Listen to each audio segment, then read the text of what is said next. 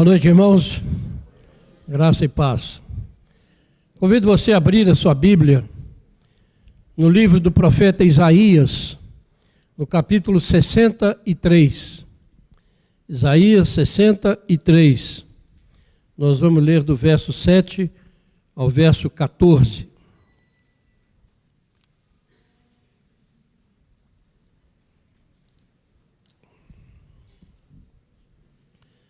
Isaías 63, 7 a 14.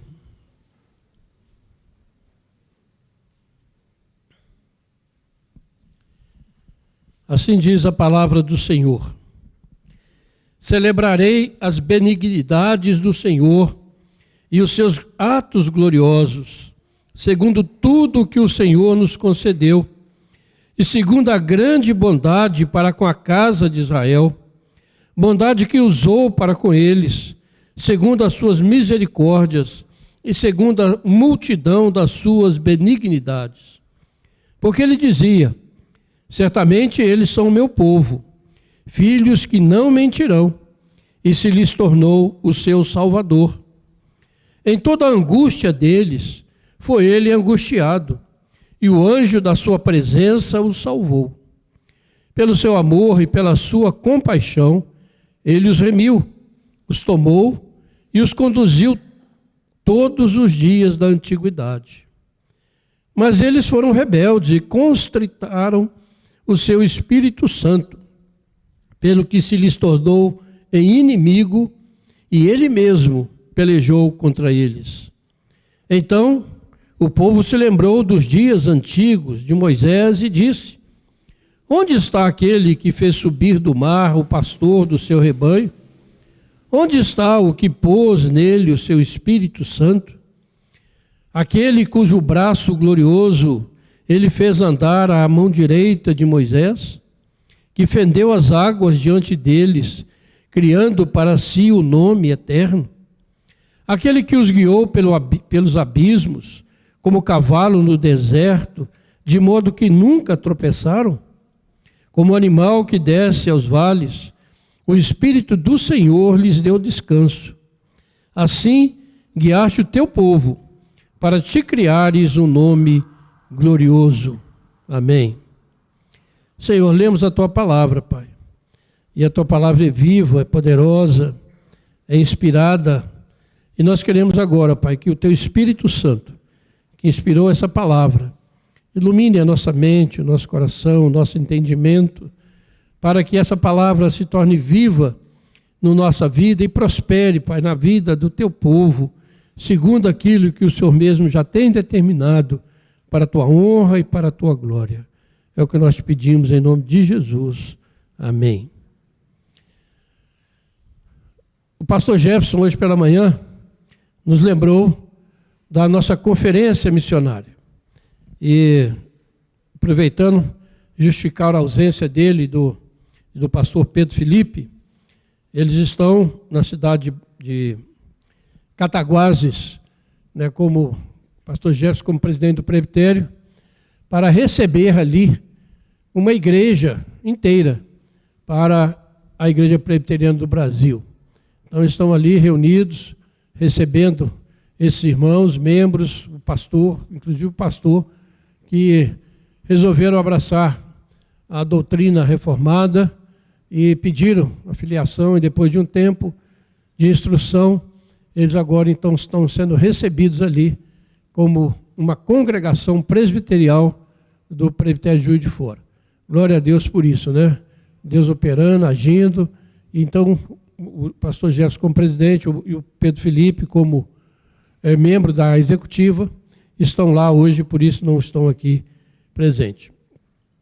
E como o pastor Gerson lembrou de manhã, né, sobre a conferência missionária, eu também quero iniciar essa palavra lembrando da nossa conferência. E todos que estiveram aqui, né, foram impactados, abençoados, foram desafiados por tudo aquilo que aconteceu aqui no fim de semana passado. E a questão que se levanta, o que eu quero colocar, é perguntar: como está o seu coração? Como está o seu ânimo? Como está o seu compromisso com o reino de Deus?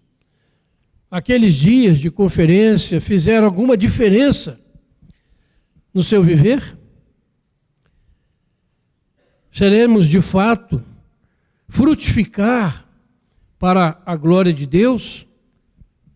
Ou será que nós vamos continuar acomodados, indiferentes, satisfeitos, não vendo e não enxergando a seara que já está branca para a colheita? Qual será a nossa reação? Qual tem sido a nossa reação diante de tudo? Esse texto que nós lemos, finalzinho da profecia de Isaías, é o início da última oração que o profeta faz. Vai desse versículo 7 do capítulo 63 até o final do capítulo 64, uma oração extensa. E nesse texto, irmãos, nós vamos encontrar algumas orientações que nos ensinam a orar de um modo efetivo, poderoso, que move o poder de Deus. Ela nos ensina a orar num tempo de decadência espiritual, como nós estamos vivendo nos nossos dias. É uma oração para que Deus visite o seu povo, o povo de Israel, e hoje para que visite a sua igreja com poder, com graça, como fez muitas vezes no passado. Por isso nós lemos o Salmo 145 no início, porque ele fala da grandeza e da ação de Deus na vida do seu povo. E, sem dúvida, esse é um assunto muito apropriado para esses dias que nós vivemos. Tanto na igreja, principalmente no Brasil e em todo o mundo, onde o nome do Senhor Jesus está sendo afrontado, está sendo perseguido. Nós assistimos uma decadência moral e ética sem precedentes na história. Assistimos o abandono da fé bíblica, histórica, reformada. E as pessoas deixando essas doutrinas básicas para seguirem outras coisas e deixando também de se comportar como a Bíblia exige de um cristão. Por isso é tempo de nós orarmos, de clamarmos, de implorarmos pelo mover de Deus sobre a igreja, como ele fez nos tempos antigos, para que possamos vencer esses dias difíceis que virão pela frente. Hoje, na escola dominical, nós podemos ver um pouco sobre isso, sobre aquilo que está predito, profetizado na Bíblia e aquilo que nós estamos vendo acontecer diante dos nossos olhos, prevendo dias, como diz o apóstolo Paulo, difíceis de se viver a vida cristã. Então eu quero chamar a sua atenção para alguns pontos aqui dessa oração. A primeira coisa, no versículo 7, o profeta, o que ele faz? Ele se lembra do caráter de Deus. Vejam aí, ele lembra que Deus é cheio de benignidades, é um Deus cheio de atos gloriosos, é um Deus que nos concede a sua bondade, que usa para o seu povo misericórdia. Então veja como ele enxerga o seu Deus, o Deus a quem ele ora. Então aqui nós vemos um ponto muito importante. Quando nós oramos, buscamos a Deus, ensina que a primeira coisa que nós precisamos entender quando nós oramos é que com quem nós estamos falando. Nós não estamos falando para o vento, nós não estamos falando para uma imagem que não pode responder, nós estamos falando para um Deus vivo. E esse Deus vivo, o caráter dele está aqui. Releia depois o Salmo 145. Você vai ver ali o salmista, e isso é uma característica dos salmistas e dos profetas, de se lembrarem das ações de Deus, do poder de Deus, do mover de Deus a favor do seu povo. E porque isso vai renovar a nossa fé, isso vai renovar a nossa confiança no agir de Deus, que Deus continua agindo. E hoje, irmãos, Nós somos muito mais privilegiados do que Isaías, do que os profetas, do que os salmistas, porque nós podemos olhar, irmãos, para os atos gloriosos de Deus na pessoa do seu Filho, Jesus Cristo, na sua encarnação miraculosa, na sua vida sem pecado, na sua morte em nosso lugar e na sua gloriosa ressurreição. Podemos olhar para os eventos da história da igreja, desde o dia de Pentecoste até hoje. São 2000 anos de história, onde nós podemos ver claramente o agir de Deus a favor da sua igreja, preservando o seu povo. Porque nesse tempo todo nós temos experimentado a graça de Deus, o perdão de Deus, a misericórdia de Deus se renovando sobre nós a cada manhã. Podemos experimentar, irmãos, a graça inefável do Senhor. Quantas coisas podemos relembrar a respeito do Deus a quem nós nos dirigimos, desse Deus que nós estamos adorando nessa noite, que está aqui recebendo o nosso culto, a nossa adoração. Esse Deus cheio de benignidade, de bondade, que age a favor do seu povo. Por isso, ter essas coisas em mente, irmãos, lembrar da história de Jesus Cristo, lembrai-vos de Jesus Cristo, diz a palavra, é de extrema importância, porque isso vai afastar da sua mente, do seu coração, toda dúvida que possa persistir sobre o amor de Deus por você. Isso afasta de nós também toda a sugestão do maligno, que vem soprar no nosso ouvido que Deus não nos ouve, que Deus se esqueceu da gente, que Deus não está se importando com a nossa vida. Mas quando você se lembra quem é o seu Deus, o caráter desse Deus, a sua fé é renovada. Então, se nós duvidamos do caráter de Deus, irmãos, em nos amar, e não nos lembramos do seu agir na história, olha, a nossa oração, a nossa adoração não tem nenhum sentido. Nós estamos aqui nessa noite porque nós olhamos para a bondade do Senhor, para aquilo que Deus tem feito na história, para aquilo que Deus tem sustentado a sua igreja. Esse é o primeiro ponto. O segundo está aí no versículos 8 e 9, onde o profeta faz justamente isso, ele faz uma revisão da história. Isso, como eu já disse, é um ato comum dos profetas, do salmista, como eu citei o Salmo 145, onde ele lembra dos atos de Deus. E lembra, e uma coisa impressionante, irmãos, e importante, é que essas coisas não são narrativas. Essa palavra não é tão em moda nos dias de hoje. Não são narrativas, mas são fatos que lembram os atos poderosos de Deus, históricos. Deus agindo dentro do nosso tempo, da nossa história. Tanto da nossa história pessoal, quanto da história da igreja e da história da humanidade. Nesses dias, como já disse, nós somos assolados por um sem número de narrativas, sem qualquer ligação com os fatos. E a ação maligna, irmãos, é tão forte. E a palavra diz que ele veio para nos enganar, enganaria os eleitos se fosse possível, mas engana os outros, né?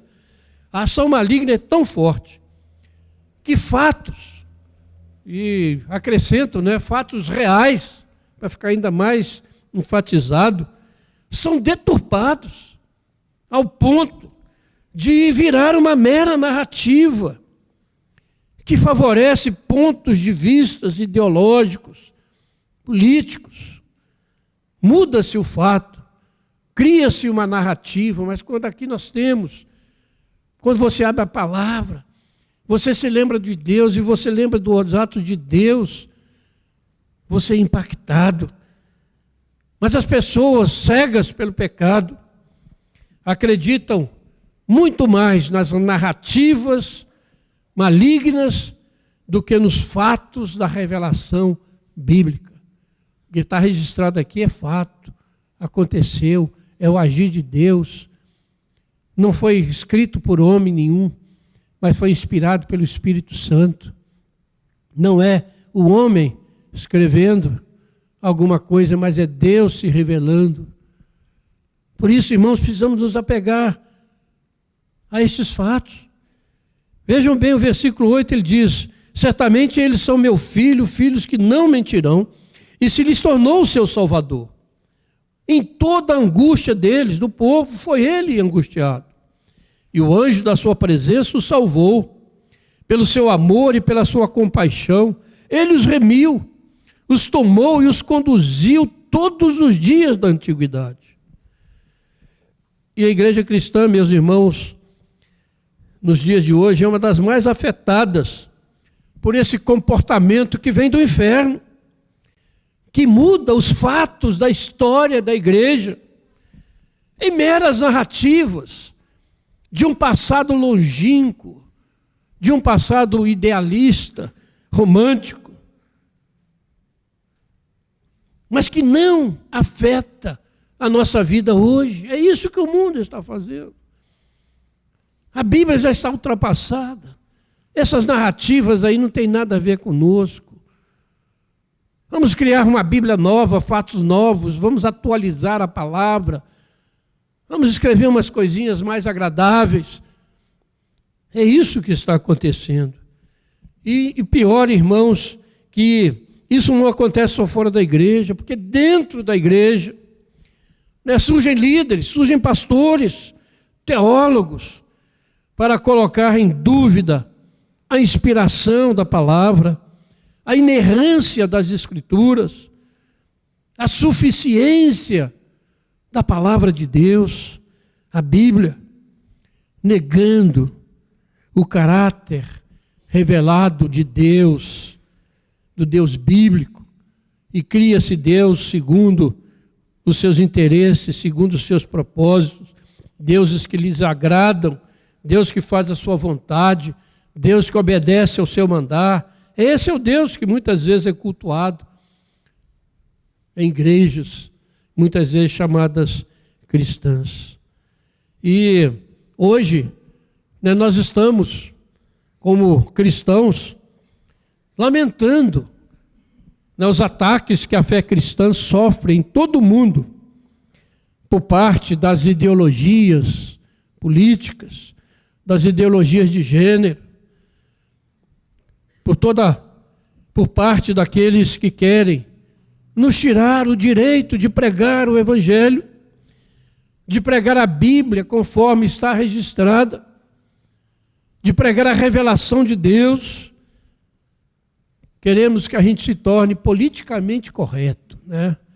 É a palavra em moda. Você não pode, né, desagradar aqueles que têm o poder. Você não pode falar nada contrário, qualquer coisinha está sendo motivo de perseguição de muitas coisas. Essa ideologia, né, chamada politicamente de esquerdismo, de esquerda, que está dominando o mundo e vai dominar o mundo, pode ter certeza, não vai gostar e não gosta, e deturpa os fatos da história, criando narrativas para enganar o povo. Por isso, irmãos, esse é o momento. E é em momentos assim que o profeta buscou a Deus, quando o povo de Israel estava destruído. E assim é que nós precisamos também buscar a Deus de todo o nosso coração. Lembrando do caráter de Deus, revelado na Escritura, lembrando de Jesus Cristo e das suas ações a favor do seu povo. Devemos crer, irmãos, que nós não fomos abandonados pelo nosso Deus Todo-Poderoso. Que o Deus que adoramos, que o Deus a quem nós dirigimos as nossas orações, é o Senhor soberano sobre os reinos da terra. Ele é que põe e depõe os governantes. É Ele que governa, porque Ele tem um propósito. de levar todas as coisas, de fazer convergir em Jesus Cristo todas as coisas do céu, debaixo da terra e na terra. E o profeta aqui, irmãos, mostra claramente a bondade de Deus, pelo fato de que foi Deus quem chamou esse povo. Ele os tornou filhos, tornou seu Salvador. E precisamos nos lembrar disso, que nós somos igreja, estamos aqui reunidos, simplesmente porque Deus nos chamou, Deus nos amou, antes da fundação do mundo, e no tempo próprio, como pregou o pastor na semana passada, na plenitude do tempo. Deus nos chamou, chamou a cada um de nós nesse tempo, e a cada geração Ele chama os seus eleitos para sermos igreja, para sermos o seu povo diferenciado, guardado, protegido por Ele. Nos chamou para sermos santos e irrepreensíveis perante Ele. E pelo batismo Ele nos torna igreja, Ele nos torna seu povo, Ele nos une, Ele nos faz um povo só, uma comunidade daqueles que confessaram Jesus, foram batizados e receberam perdão dos seus pecados. Somos o seu povo, irmãos. Sendo assim, irmãos, como podemos temer qualquer inimigo, interno ou externo? Não precisamos ficar apavorados, porque em Jesus Cristo a Bíblia diz que nós somos mais do que vencedores, porque Ele a si mesmo se entregou por nós. E lembre-se de uma coisa: ninguém, nada, poder nenhum, visível ou invisível, nenhum poder de agora ou do futuro pode nos separar do amor de Deus que está em Cristo Jesus, nosso Senhor. Nada pode destruir o povo de Deus. Precisamos compreender, irmão, de uma vez por todas, que a igreja, nós não somos uma mera instituição humana, nós não estamos aqui porque um dia nós resolvemos, vamos nos reunir, vamos fazer uma igreja, vamos virar a igreja, vamos fazer um estatuto. Não. Estamos aqui porque Deus nos chamou. Deus nos fez seus filhos em Jesus Cristo. Deus nos conduziu ao arrependimento e à fé. Deus nos fez nascer de novo. Sermos novas criaturas. Foi Ele. Não somos nós. Ele que nos fez seu povo. Os governos, os impérios, por mais poderosos que tenham sido e que sejam, terminaram, acabaram. Nós estamos assistindo nos nossos dias, irmão, a queda de um grande império. O Império Americano está se desfazendo como água por causa dos seus pecados interiores, como aconteceu com o Império Romano, que foi destruído por dentro. E assim está acontecendo. Mas quando destrói um, surge outro. Lembre-se dos animais que Daniel sonhou. Acaba um, vem outro. Vem o leão, vem o urso, vem o leopardo e vem qualquer coisa. Não existe o vácuo. E nós estamos assistindo isso. Tudo isso passa. Por mais poderoso que sejam estes impérios, por mais que os ameacem, e vocês já sabem da história de quantos impérios surgiram e tentaram destruir a igreja, dizendo que a igreja que a religião é ópio do povo, ensinando o ateísmo. Esses impérios acabaram, mas a igreja continua firme, caminhando em poder e graça. Essa igreja, somos assim. Será que você crê isso? A igreja é divina. É formada pelos eleitos de Deus em sua soberania, em sua sabedoria. Mas ela só tem vida quando ela se relaciona com esse Deus, por intermédio de Jesus Cristo e pela ação poderosa do Espírito Santo. Glória a Deus. Se lembrar do caráter de Deus. Se lembrar de que somos um povo chamado por Deus, aquele que na nossa angústia nos atende, nos remiu e tem nos conduzido. Mas uma terceira característica que eu quero salientar aqui está no versículo 10, irmãos. Diz assim: mas eles foram rebeldes e contristaram o seu Espírito Santo, pelo que lhe se tornou inimigo, e ele mesmo pelejou contra eles. Esse povo amado, conduzido, abençoado por Deus, de repente se torna um povo rebelde. Como é que isso pode acontecer? Mas quando isso acontece, vejam bem, o próprio Deus se torna o seu inimigo, o Deus que chama. O povo eleito de Deus, abençoado, com um relacionamento especial com Deus, de repente se desanima da sua fé, se cansa dos mandamentos de Deus, se cansa de estar na igreja, no culto, se cansa de adorar, vai procurar outras coisas, vai se divertir em outros lugares, se rebela. E como acontece isso, irmãos? De uma maneira impressionante, mesmo experimentando tudo isso, mesmo sabendo que é o seu Deus, o povo se rebela. Entristece o Espírito de Deus que nele habita. É interessante a expressão Espírito Santo aqui, que não é comum no Antigo Testamento, e aparece aqui nessa oração. Qual é a razão?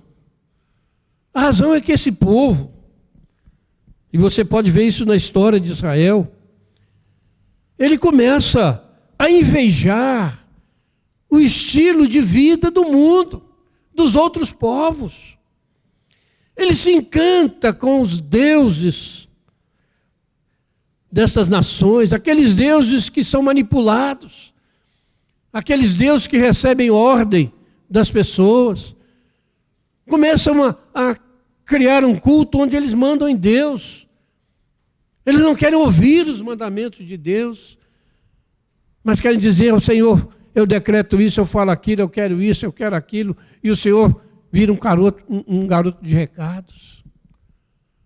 Se rebela, cansa, começa a querer esse Deus que atende os seus caprichos pecaminosos. Começa a sentir que a religião do Deus de Israel é muito estreita, é muito atrasada. Ela é cheia de mandamentos. Pensa no povo de Israel.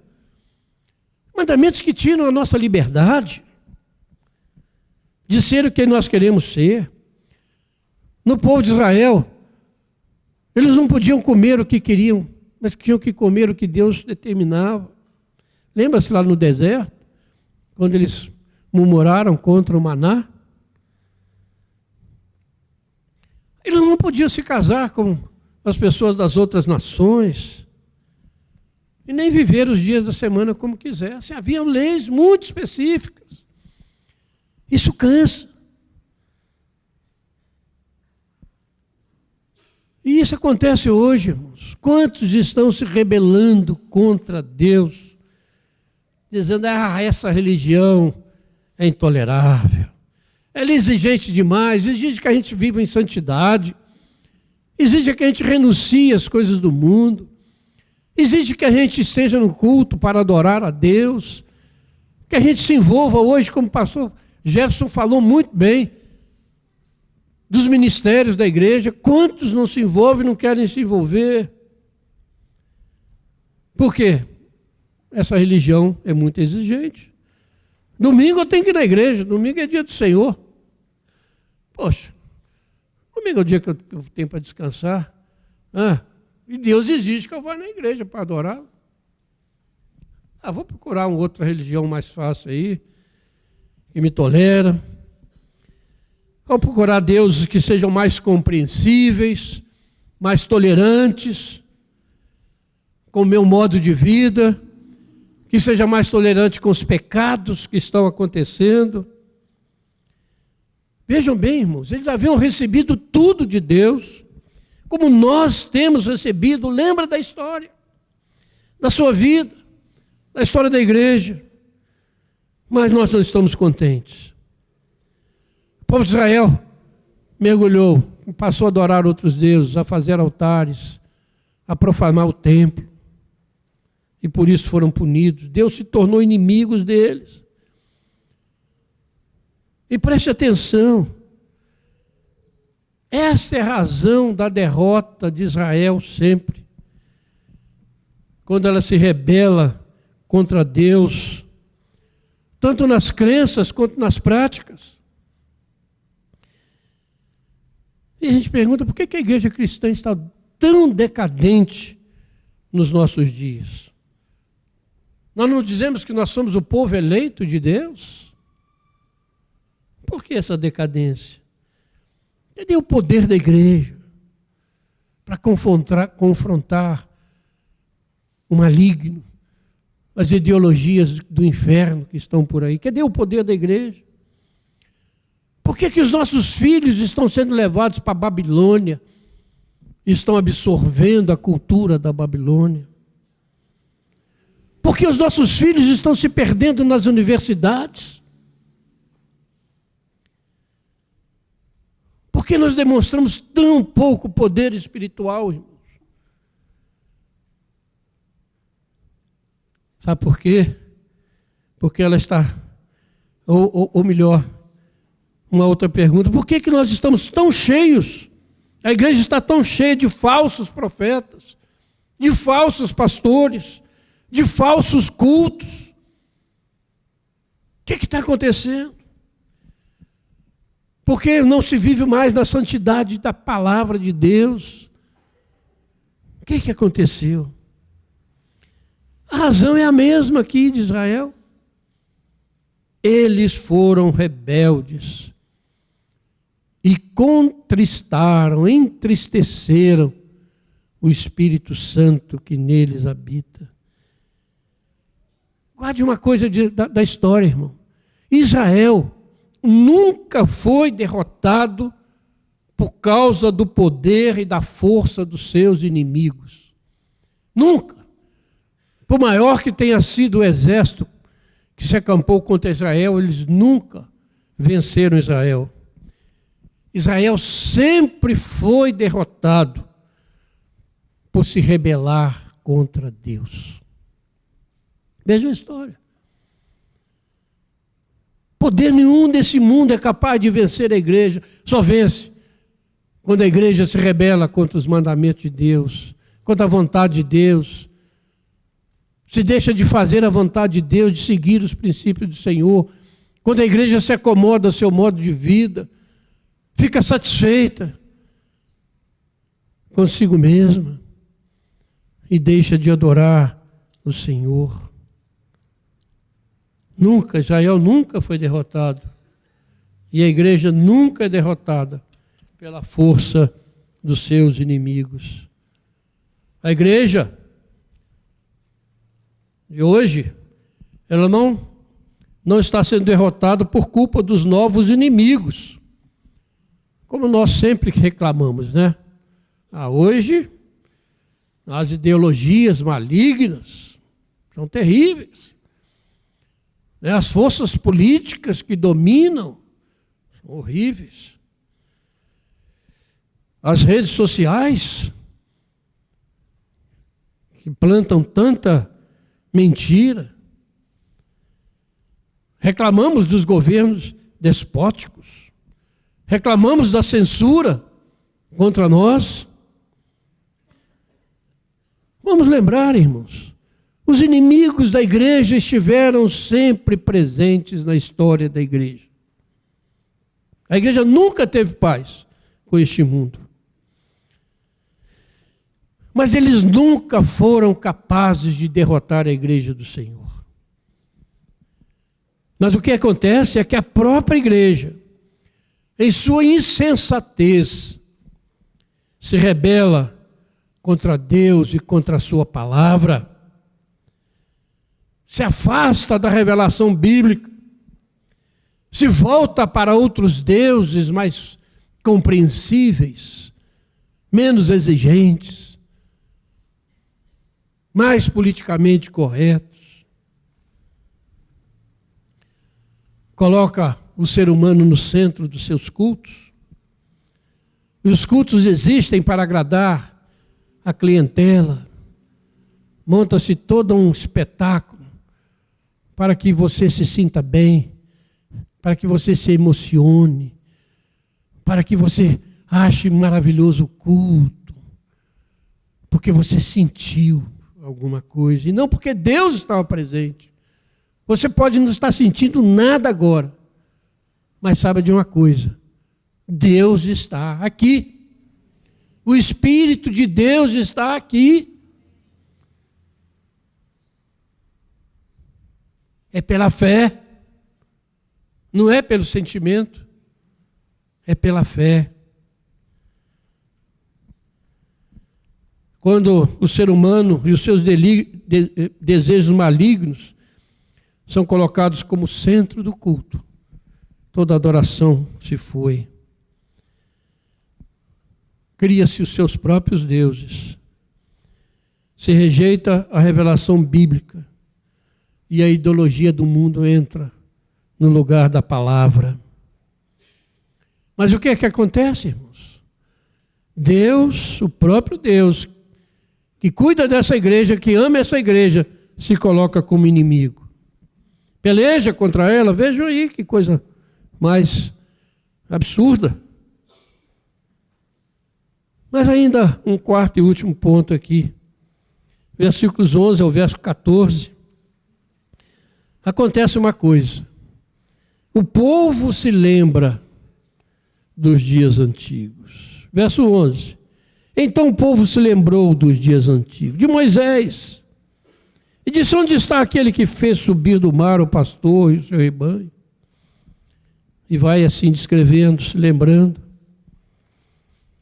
A igreja realmente, como uma mera instituição humana, ela jamais pode competir com esse mundo, sem Deus. Mas há uma grande diferencial entre a igreja e qualquer outra organização. A igreja é habitada pelo Espírito Santo de Deus. O Espírito Santo habita na vida daqueles que confessam Jesus, daqueles que foram lavados e remidos no sangue do Senhor. E isso é algo que ninguém, que o inferno, que o diabo não pode tirar. É aquela marca, lá no Apocalipse, que vai distinguir aqueles que pertencem ou não. Não vai ser o mero número 666 pregado na sua testa, não. É a presença do Espírito Santo na sua vida que vai fazer diferença, que vai dizer: esse é do Senhor. Esse realmente é um crente, porque o Espírito está nele. Veja o povo aqui, eles se recordam dos grandes feitos de Deus a favor do seu povo. Vão lá no início da história com Moisés. Se lembram do tempo em que eles tiveram descanso do Senhor. E como eu já disse, nós precisamos recordar. E nós temos muito mais motivos ainda. Precisamos nos lembrar de Jesus Cristo, da sua obra gloriosa. Nos lembrar de Jesus Cristo, da sua morte vicária no nosso lugar. Precisamos nos lembrar que nós temos um Deus que nos ama e que na cruz se entregou por nós. Precisamos nos lembrar dos apóstolos, daqueles irmãos da igreja primitiva, que mesmo diante das perseguições mais cruéis, não negaram a Jesus Cristo. Não é César que é Senhor, é Jesus que é o Senhor da história. Precisamos nos lembrar, irmãos, dos reformadores, daqueles que no mundo dominado por poderes políticos, religiosos, se levantaram com poder e com audácia, com a coragem. Muitos deram suas vidas, mas se levantaram,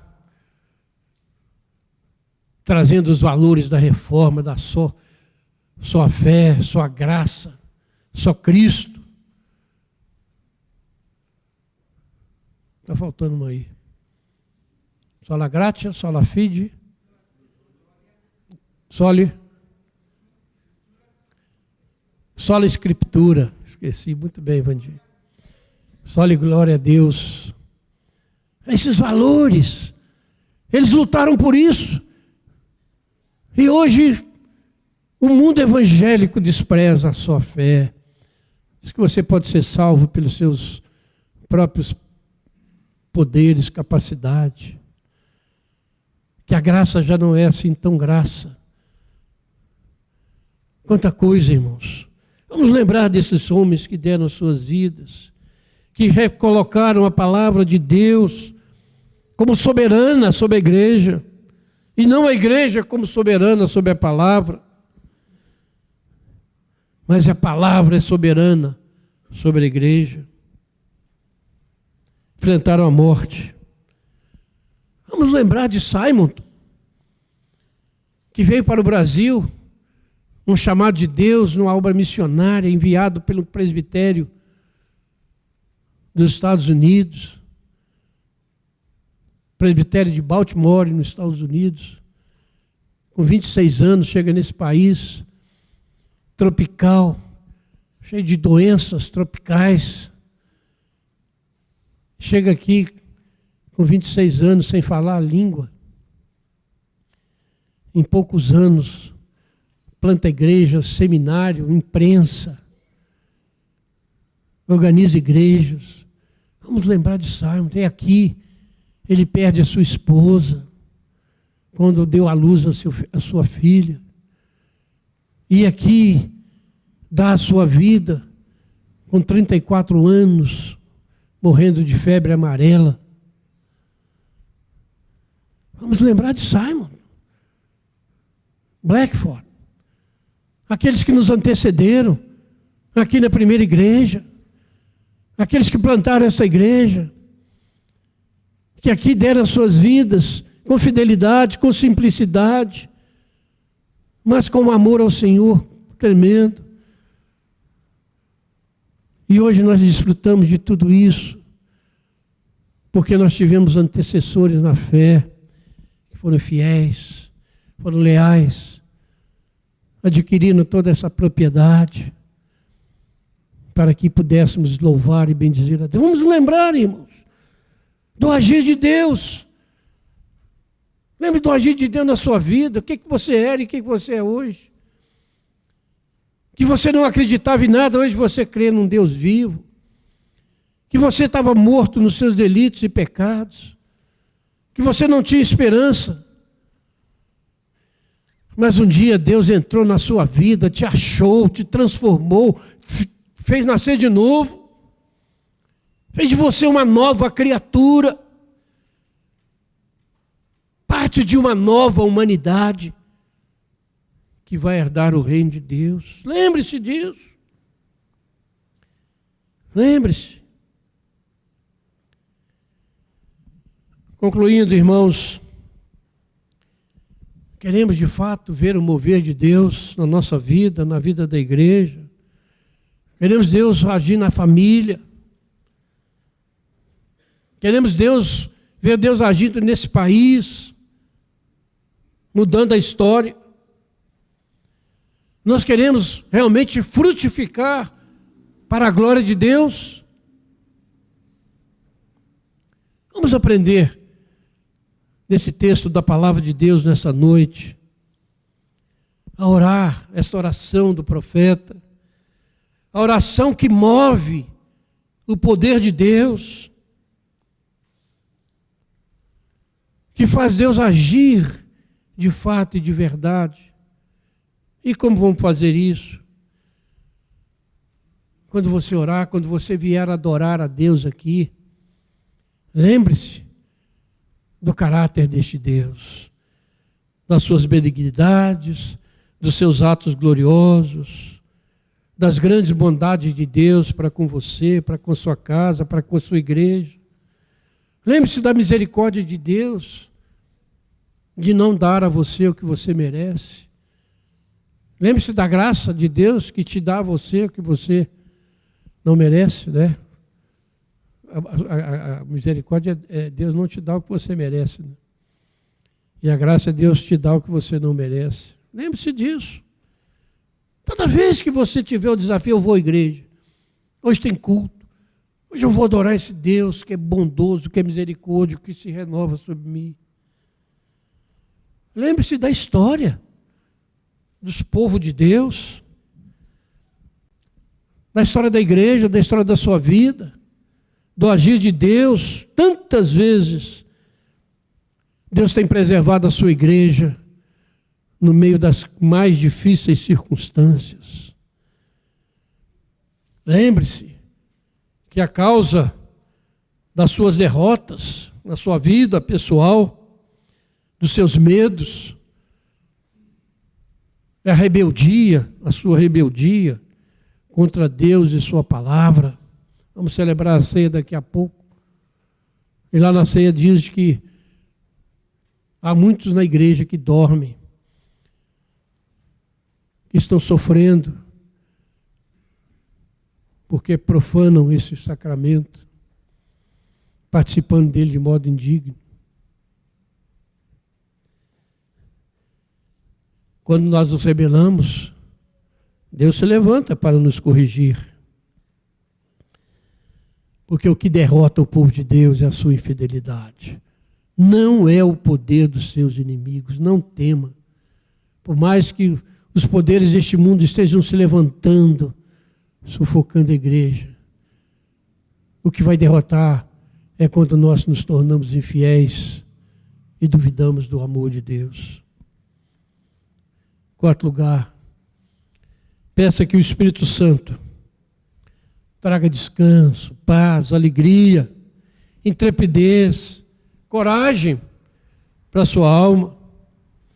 Que Ele encha você do poder dele mesmo. Esse poder que é capaz de fazer de você uma testemunha até os confins da terra. Recebereis poder ao descer sobre vós o Espírito Santo, e sereis minhas testemunhas até os confins da terra. Peça isso a Deus. Porque, irmãos, quando nós estivermos orando assim, quando nós estivermos adorando a Deus dessa maneira, pode ter certeza que haverá um grande mover de Deus, que vai fazer Satanás correr, como se diz por aí, com o rabinho entre as pernas, com medo, temendo esse povo, que é o povo de Deus. Esse povo que adora um Deus vivo. Esse Deus que presta um culto verdadeiro em espírito e em verdade. Esse sim é o povo que Deus vai usar nestes dias finais da história para testemunhar que Ele é o Senhor, que todas as coisas estão nas suas mãos. Que Deus nos abençoe, irmãos. Que Deus tenha misericórdia de nós. E lembre-se sempre que você foi plantado para frutificar para a glória de Deus. Vamos orar. Senhor Deus, muito obrigado, Senhor, por mais esse culto, por mais esse momento em que estamos juntos, te adorando, te buscando, te exaltando, que estamos juntos, ó Pai, recebendo a Tua palavra, que estamos juntos, ó Pai, prestando louvores ao Senhor. Ó Pai, muito obrigado, Senhor, porque nada mais importante do que isso, não há nada mais glorioso do que isso, de estarmos aqui reunidos nesse momento, ó Pai, diante do Senhor dos senhores, daquele que está acima dos reis dessa terra, dos poderosos, sabendo que o Senhor está aqui recebendo a nossa adoração por meio de Jesus Cristo, que é o nosso novo e vivo caminho, pelo qual nos achegamos a Ti, Pai. Obrigado, Pai. Porque nós temos esse privilégio de ter um Deus vivo, de não precisarmos, ó Pai, de intermediários, de santos ou de qualquer outra coisa para chegar diante do Senhor, de espíritos, mas podemos chegar diante do Senhor pela mediação única de Jesus Cristo, teu Filho amado, aquele que por nós se entregou na cruz. E porque o Espírito Santo habita em nós, ele nos faz orar como convém, porque ele intercede por nós sobremaneira, Pai. Muito obrigado, Pai. Abençoa o teu povo, Pai. Faça de nós esse povo vitorioso. Ensina-nos a orar como os teus servos do passado. Ensina-nos a viver para a glória do teu nome. Oramos com gratidão, em nome de Jesus. Amém, Senhor. Amém. Temos ainda, irmãos, o privilégio de nos assentarmos à mesa do Senhor, podermos celebrar esse momento tão único, tão especial. E eu quero ler, como leio sempre, o texto lá de 1 Coríntios, capítulo 11, onde nós vemos as instruções que o apóstolo Paulo nos dá sobre a ceia.